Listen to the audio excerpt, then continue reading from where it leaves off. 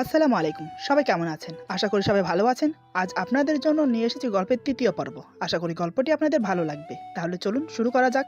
এই আমি কি করছি? ওর অনুমতি ছাড়াই ওকে কাছে টেনে নিচ্ছি। এটা তো খুবই অন্যায়। কাল দিনে না হয় ওর কাছে ক্ষমা চেয়ে নেব। এসবই ভাবছি মনে মনে। হঠাৎ তমা আমার গা ঘেঁষে শুয়ে পড়ে। আমি কিছুটা অবাক হলাম। তার মানে আমি মনে মনে যা ভাবছি তাই? তমা ইচ্ছে করেই আমার বুকে এসে শুয়েছিল। আর আমি তার ফায়দা উঠিয়েছি। ছি, কি লজ্জার বিষয়। এমন সময় অস্ফুট সুরে তমা বলে, আমার খুব ঠান্ডা লাগছে। এবার বুঝতে পারলাম কেন ও গা ঘেঁষে ঘুমোচ্ছে। আসলে ওর ঠান্ডা লাগছে। গরমকাল থাকার কারণে বেডের উপর কোনো কম্বল রাখা হয়নি। আমি উঠে আলমারি থেকে কম্বল বের করে নিয়ে আসলাম। তারপর তমার গায়ে সেটা মেলে দিলাম। আমি আর কিছু না বলে চুপচাপ শুয়ে পড়লাম। কাল অফিস ছুটি ছিল, তাই সকালে একটু বেলা করেই ঘুম থেকে উঠলাম। ঘুম ভাঙতেই চোখ খুলে দেখি তমা আমার সামনে বসে আছে আর আমার দিকে অপলক দৃষ্টিতে তাকিয়ে আছে। যখন দেখলো আমার ঘুম ভেঙেছে তখন সে বলে, শুভ সকাল। সরি, এখন কি শুভ সকাল বলবো নাকি শুভ দুপুর বলবো, কোনটা? বেলা কয়টা বাজে সে খেয়াল আছে? সেই কখন থেকে আমি অপেক্ষা করছি। আমি ওর কথা শুনে উঠে বসতে বসতে বললাম, শুভ সকাল। সে কখন থেকে অপেক্ষা করছো মানে? কেন, কিছু দরকার কি? তমা বলে, দরকার তো আছেই বটে, যদি অনুমতি দাও তাহলে বলতে পারি। আমি বললাম, কি দরকার বলো। তমা বলে, বলছিলাম কি, আজ তো তোমার ছুটি, চলো না আমরা বাইরে ঘুরতে যাই। বিয়ে হয়েছে পর্যন্ত তুমি তো আমাকে কোথাও ঘুরতে নিয়ে যাও না। ওর কথা শুনে আমার চোখ গোল গোল হয়ে গেল। এ কথায় আমার ঘুমের লেশ মাত্র উধাও হয়ে গেল। মেয়েটা বলে কি, আমার সাথে ঘুরতে যাবে? আর ও এমন বিহেভ করছে কেন? যেন মনে হচ্ছে রাতের কোনো কিছুই ওর মনে নেই। মনে মনে এসবই ভাবছি ওর দিকে তাকিয়ে। আমাকে চুপ দেখে তমা বলে, কি হলো, অমন করে কি দেখছো? নিয়ে যাবে আমাকে ঘোরাতে? আমি নিজেকে স্বাভাবিক করে বললাম, বেশ, নিয়ে যাব, কোথায় যাবে ভেবে নাও। আমার কথা শুনে তমা খুব খুশি হলো। মনের আনন্দে হেলে দুলে ঘর থেকে বেরিয়ে যাচ্ছে। এমন সময় আমি পেছন থেকে ডেকে বললাম, কালকের জন্য সরি। তমা থমকে দাঁড়িয়ে চট করে আমার দিকে ফিরে বলে, কিসের জন্য সরি বলছো?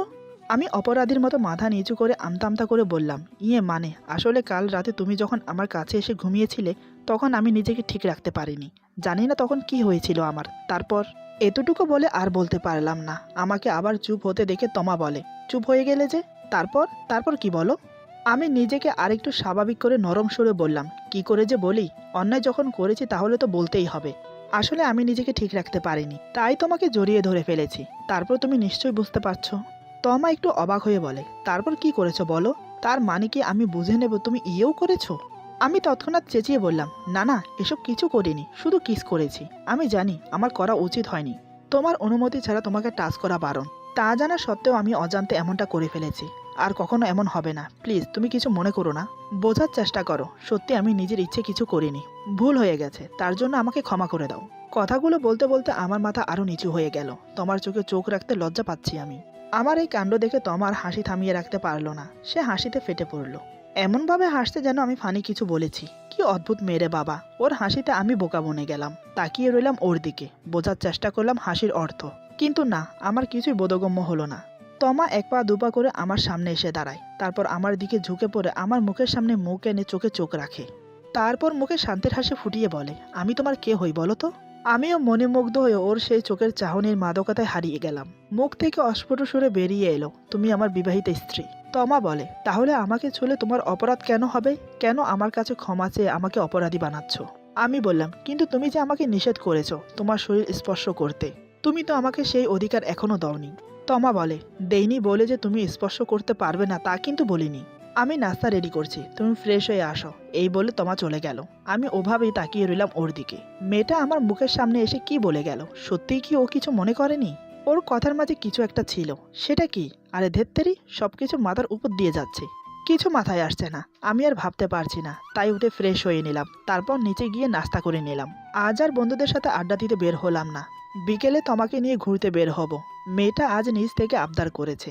বিকেলের দিকে তমাকে বললাম, রেডি হয়ে নাও, কিছুক্ষণ পর আমরা বের হব।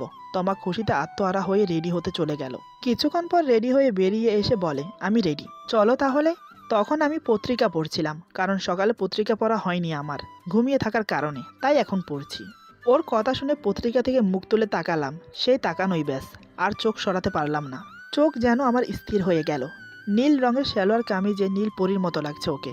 মাথায় নীল রঙের হেজাব, খুব সুন্দর করে চুলগুলোকে ঢেকে বেঁধেছে হেজাবটাকে। তাতেই যেন ওর সৌন্দর্য আরো বৃদ্ধি করেছে।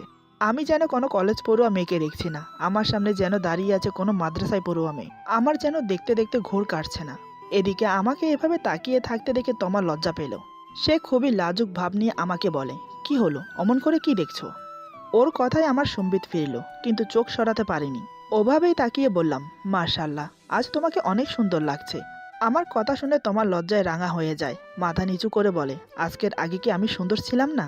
আমি বললাম, আগেও সুন্দর ছিলে, এখনও আছো, তবে আজ তোমাকে একটু বেশি সুন্দর লাগছে, যা তোমাকে বলে বোঝাতে পারবো না। তমা বলে, এ আর এমন সুন্দর কি, আমার চেয়েও কত সুন্দর সুন্দর মেয়ে আছে। আর আজকের সুন্দরটা, এ তো মেকআপের কামাল। আমি বললাম, হ্যাঁ, তোমার কথাই সত্যি, পৃথিবীতে তোমার চেয়েও অনেক সুন্দর সুন্দর মেয়ে আছে, কিন্তু আমার কাছে তো তুমি সবচেয়ে সেরা সুন্দরী, সবচেয়ে শ্রেষ্ঠ।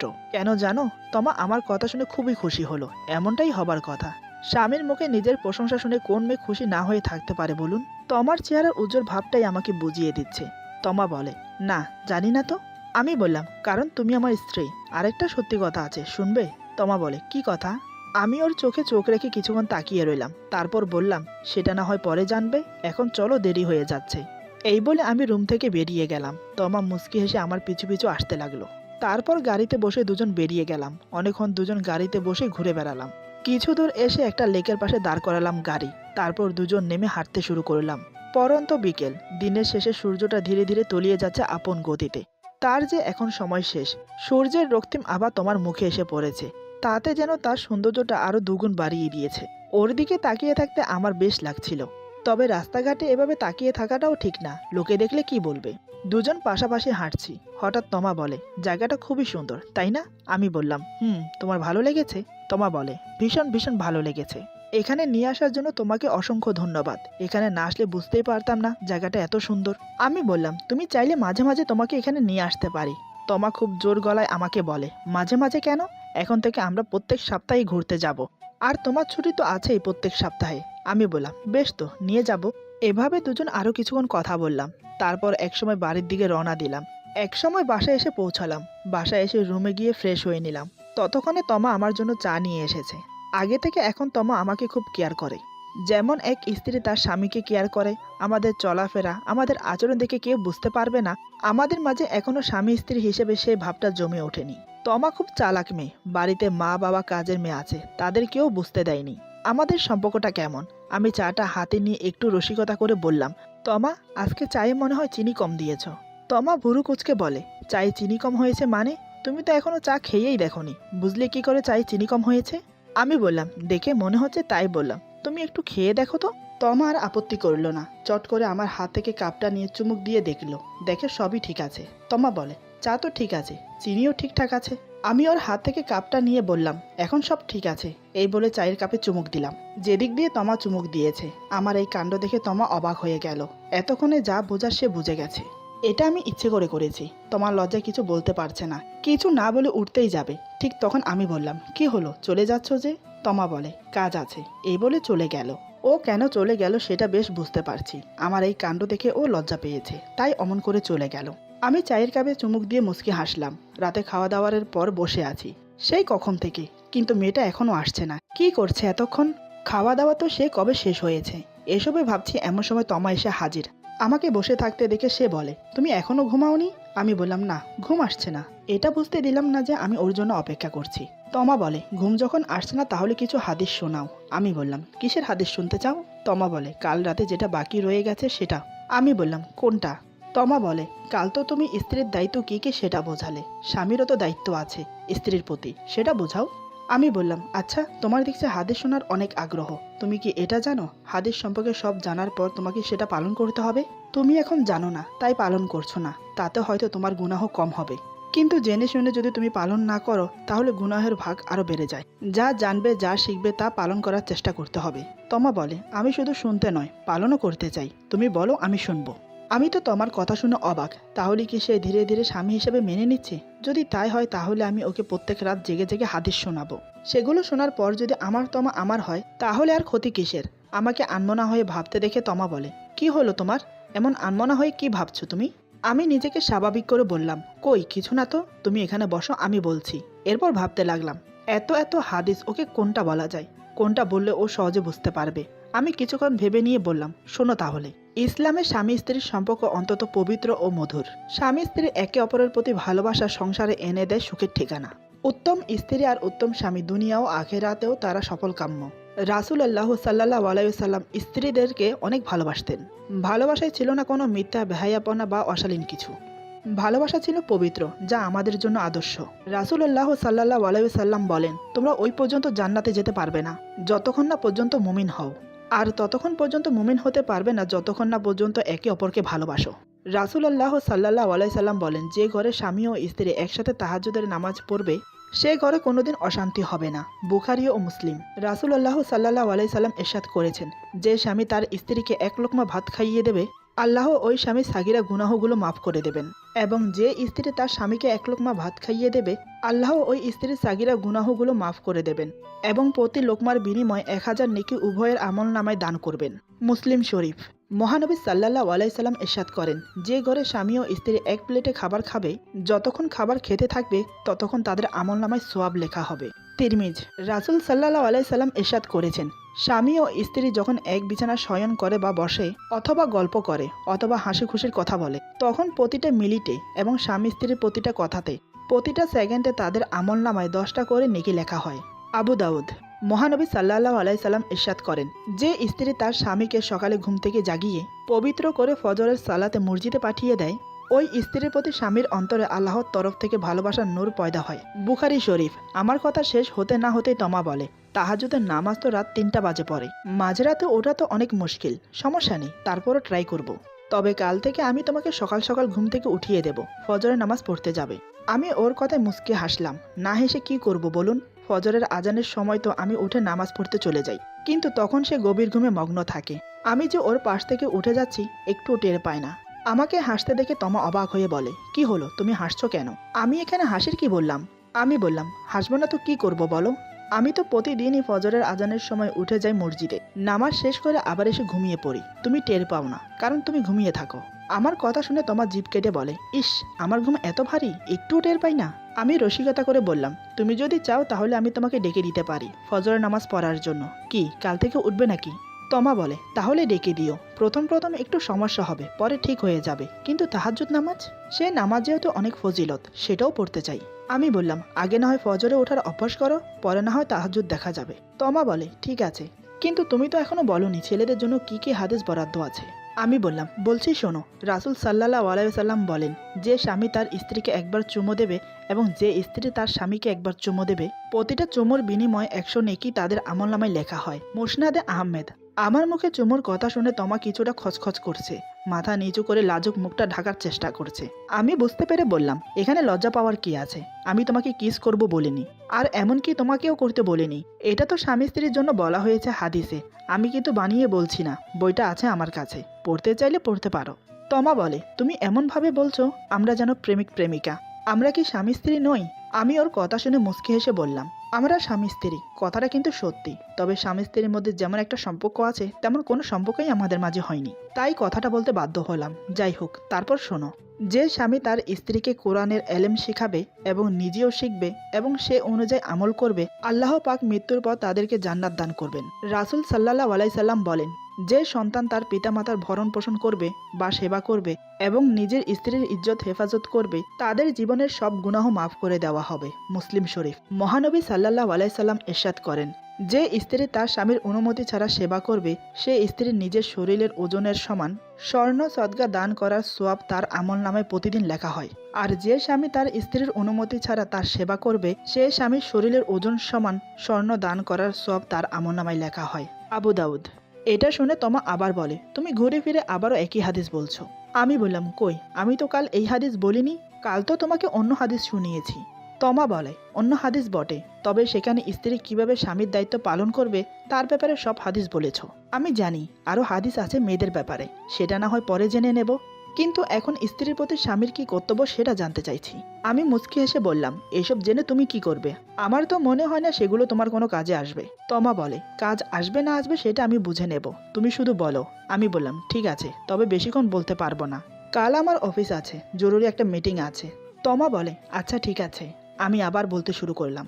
মহানবী সাল্লাল্লাহু আলাইহি সাল্লাম ইরশাদ করেন, যে স্বামী বাহিরে যাওয়ার সময় তার স্ত্রী ও সন্তানদেরকে সালাম দিয়ে বাসা থেকে বের হয় এবং যখন বাহিরে থেকে এসে আবার সালাম দেয়, অথবা স্বামী বাসায় আসলে বা বাহিরে যাওয়ার সময় স্ত্রী তার স্বামীকে সালাম দেয়, সেই ঘরে কখনো শয়তান প্রবেশ করতে পারে না এবং সবসময় রহমত ও বরকত নাজিল হতে থাকে। কখনো ঝগড়া বিবাদ হবে না সেই ঘরে। আবু দাউদ, তিরমিজ। মহানবী সাল্লাল্লাহু আলাইহি সাল্লাম ইরশাদ করেন, যখন কোনো পুরুষ বিয়ের সময় তার স্ত্রীকে কালেমা পড়ে কবুল বলে দোয়া করল, তখন সেই সময় হতে মৃত্যু পর্যন্ত তাদের আমলনামায় সওয়াব লেখা হয়। মুসলিম। হে আল্লাহ, প্রতিটা মুসলিম পরিবারকে কবুল করুন, আমিন। এই বলে আমি আমার কথা শেষ করলাম। তমা বলে, তোমাকে অসংখ্য ধন্যবাদ। সত্যি, তুমি না বললে জানতে পারতাম না হাদিসে আমাদের জন্য এত কিছু নির্দেশ দেওয়া আছে। আমি বললাম, হ্যাঁ, হাদিসে অনেক নিষেধাজ্ঞা আছে, সেটা আমরা মুসলমান হিসেবে মেনে নেওয়া উচিত এবং সেই মোতাবেক চলা উচিত। রাত অনেক হয়েছে, এবার ঘুমিয়ে পড়ো, বাকিটা না হয় কাল শোনাবো। এই বলে আমি শুয়ে পড়ি। তমা আর কোনো কথা না বলে ফ্রেশ হতে চলে গেল। কিছুক্ষণ পর ফ্রেশ হয়ে এসে মাঝখানের বালিশ ঠিক করছে।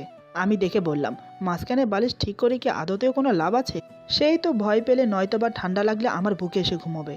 তমা বলে, কি করব, আমি কখনো একা ঘুমাইনি, আর তাছাড়া আমি কি ইচ্ছে করে এমন করি নাকি তোমার মতো? ওর কথা শুনে আমি চমকে উঠলাম। আমার মতো মানে? আমি চট করে আধশোয়া হয়ে ওর দিকে তাকিয়ে বললাম, আমার মতো মানে? তুমি কি বলতে চাইছো? তমা বলে, কিছু না। এই বলে তমা বালিশ ঠিক করে শুয়ে পড়ে। আমি তখনও অবাক হয়ে তাকিয়ে রইলাম। আমিও হাজারো প্রশ্ন মাথা নিয়ে শুয়ে পড়লাম। মনে মনে বললাম, আজ যেন কিছু না হয়, মনে হয় মেয়েটা আমাকে সন্দেহ করছে। কিন্তু মানুষ যা ভেবে ঘুমায় আদতে কি তা হয়? হয় তার উল্টা। আমি চাই না ওর চোখে আমি ছোট হই, কিন্তু পাশে নিজের স্ত্রী শুয়ে থাকলে নিজেকে ঠিক রাখা বড়ই কঠিন। আজ মেয়েটা অনেক ফ্রিভাবে মেশেছে আমার সাথে, অনেক ক্লোজ হয়ে এসেছে আমার কাছে, সামনে থেকে আমাকে আহ্বান করছে। তাহলে কাছে টেনে কেন আবার দূরে সরিয়ে দিচ্ছে? কিছুই মাথায় আসছে না। নানান কথা ভাবতে ভাবতে ঘুমিয়ে পড়লাম। তমা ঘুমিয়েছে কিনা তা জানি না, কিন্তু আমি ঘুমের ঘরে ঢলে পড়লাম। তমা যতই আমার মুখের সামনে বালিশ দিয়ে শুয়ে পড়ুক না কেন, মনে মনে কিন্তু ওয়েট করছে আমি ঘুমানোর জন্য। যখন দেখলো আমি ঘুমিয়ে পড়েছি, ঠিক তখনই মাঝখানের বালিশগুলো সরিয়ে দিল। ও খুব ভালো করেই জানে মাঝরাতে অবশ্যই আমি ওকে জড়িয়ে ধরবো আর ঘুমের ভেতরে আদর করব। মুচকি হেসে তমা ঘুমানোর চেষ্টা করলো। এক সময় ঘুমিয়ে পড়ে তমা। মাঝরাতে যা হবার তাই হলো। ঘুমের মাঝে তমা এসে আমাকে জড়িয়ে ধরে, তবে জেগে নয়, ঘুমের মাঝেই আমাকে জড়িয়ে ধরেছে। মেয়েটা বুকে এসে পড়তে নাকে এসে লাগলো শরীরের সেই মিষ্টি গন্ধটা। গ্রানটা নাক টেনে অনুভব করতে করতে হঠাৎ আমার ঘুম ভেঙে গেল। চোখ খুলে দেখি মেয়েটা আমার বুকে। আমি কিছুটা অবাক হয়ে চেয়ে রইলাম ওর মুখের দিকে। কত নিষ্পাপ লাগছে ওর ঘুমন্ত চেহারাটা। ওর দিকে তাকালেই যে মায়ায় পড়ে যাই। কিন্তু প্রতিটা রাতে কেন এমন হয়, কিভাবে হয়, আর মাঝখানের বালিশগুলো কিভাবে সরে যায়? আমি কি নিজে সরিয়ে ওকে কাছে টেনে নেই, নাকি ও নিজে থেকে সরিয়ে দেয়, যাতে করে ও আমার কাছে আসতে পারে? যদি মেনে নেই আমি সরিয়ে ওকে কাছে টেনেছি, তারও তো কোনো ব্যাখ্যা খুঁজে পাচ্ছি না। প্রতি রাতেই কি এমন ভুল হয়? আমি ঘুমিয়ে ঘুমিয়ে বালিশ সরিয়ে ওকে কাছে টানবো, এমন ভুল তো হার রোজ হতে পারে না। কি হচ্ছে এসব? এদিকে ও মনে মনে সন্দেহ করছে আমাকে। তার ইঙ্গিত আজ রাতে সে দিয়েছে। সে ভেবেছে আমি বুঝতে পারিনি, কিন্তু আমি সবই বুঝেছি। এভাবে তো আর চলা যায় না। নিজেকে আর কত কন্ট্রোল করে রাখতে পারবো, যার বউ কিনে এত সুন্দরী? আমি ওকে ভালোবাসি, ওর মায়ায় পড়েছি আমি, তাই তো এত ব্যাকুলতা ওকে কাছে পাওয়ার। এইসবই ভাবছি তোমাকে বুকে নিয়ে। এমন সময় মেয়েটা নড়ে চড়ে আমাকে আরো শক্ত করে জড়িয়ে ধরে। ওর মুখ আমার বুকের মাঝে, মুখের গরম নিঃশ্বাস পড়ছে বুকের ওপর। চুলগুলো উড়ছে ফ্যানের বাতাসে, সেই চুল উড়ে এসে আমার মুখে পড়ছে। আলাদা একটা মাদকতা ছড়িয়ে পড়েছে পরিবেশে। আমিও যে ওর ছোঁয়ার নেশায় মাতাল হয়ে পড়েছি, নিজেকে আর ধরে রাখতে পারছি না। দু হাতে আগলে নিলাম আমার তোমাকে। মেয়েটাকে যে বুকে পেলে আমি স্বর্গ খুঁজে পাই, তখন ইচ্ছে করে ওকে সব ভালোবাসা উজাড় করে দিতে। আমিও ওকে জড়িয়ে ধরলাম, তারপর গালে গাল ঘষতে লাগলাম। আলতো করে মাথার চুলগুলো গলার পাশ থেকে সরিয়ে চুমো খেলাম। দু হাতে শক্ত করে ওর পিঠ খামচে ধরলাম। পাগলের মতো সারা মুখে কিস করতে লাগলাম। ওর ঘুমন্ত চোখে আলতো করে চুমো খেলাম। তারপর ওর চিকন সরু লাল ঠোঁট জোড়া নিজের দখলে নিলাম। ডুবিয়ে দিলাম ওর ঠোঁটে ঠোঁট। সেখানেই যেন পরিতৃপ্তির স্বাদ। কেন জানি না এত নেশা ওর ঠোঁটের মাঝে আমাকে পাগল করে দেয়। এভাবে আদর করতে করতে বেশ কিছুক্ষণ সময় কেটে যায়। তমা নিশ্চুপ হয়ে আমাকে জড়িয়ে আছে, এমন ভাবে আছে সে যেন কিছুই টের পাচ্ছে না। সত্যিই কি সে কিছুই টের পাচ্ছে না, নাকি ঘুমের ভান্তরে সবকিছু উপভোগ করছে? কেন জানি আমার মনে হচ্ছে ও জেগেই আছে। তা না হলে এত কিছুর পরেও একটা মেয়ে কেন নড়াচড়া করবে না? মনে মনে ভাবলাম আজ সারা রাত এভাবে আদর করে কাটিয়ে দেব, কিন্তু নিজের বিবেকে বাধা দিচ্ছে, তাই আর সামনে এগোতে পারছি না। হঠাৎ কি মনে হতেই আমি ওকে ছেড়ে দিলাম। জানি এই পরিস্থিতিতে আমার খুব কষ্ট হচ্ছে, তারপরও নিজেকে ওর কাছে ছোট করতে পারবো না। আমি জানি ও একদিন আমারই হবে, তখন না হয় নিজের মনের চাহিদা মতো ওকে ভালোবাসবো। এসব ভেবে বড় একটা নিঃশ্বাস ছেড়ে চোখ বন্ধ করলাম ঘুমানোর জন্য। এপাশ ওপাশ করতে করতে একসময় ঘুমিয়ে পড়লাম। আমাদের বাড়ির পশ্চিম দিকের মসজিদ থেকে আজানের সুর ভেসে আসছে। ভোর হয়ে গেছে। উঠে পড়লাম নামাজ পড়ার জন্য। উঠে দেখি তমা অকাতরে ঘুমোচ্ছে। চিন্তা করলাম মেয়েটাকে ডাকবো নামাজ পড়ার জন্য। ও তো বলেছে নামাজ পড়বে, যাই হোক দেখা যাক না কি হয়। আমি তমা তমা বলে কয়েকবার ডাক দিলাম, কিন্তু কোনো সারা শব্দ নেই। সে তার ঘুম নিয়েই ব্যস্ত। এবার আমি ওর গায়ে হাত দিয়ে ডাকতে লাগলাম, তাতেই যেন বিপত্তি হলো। হঠাৎ তমা যা করল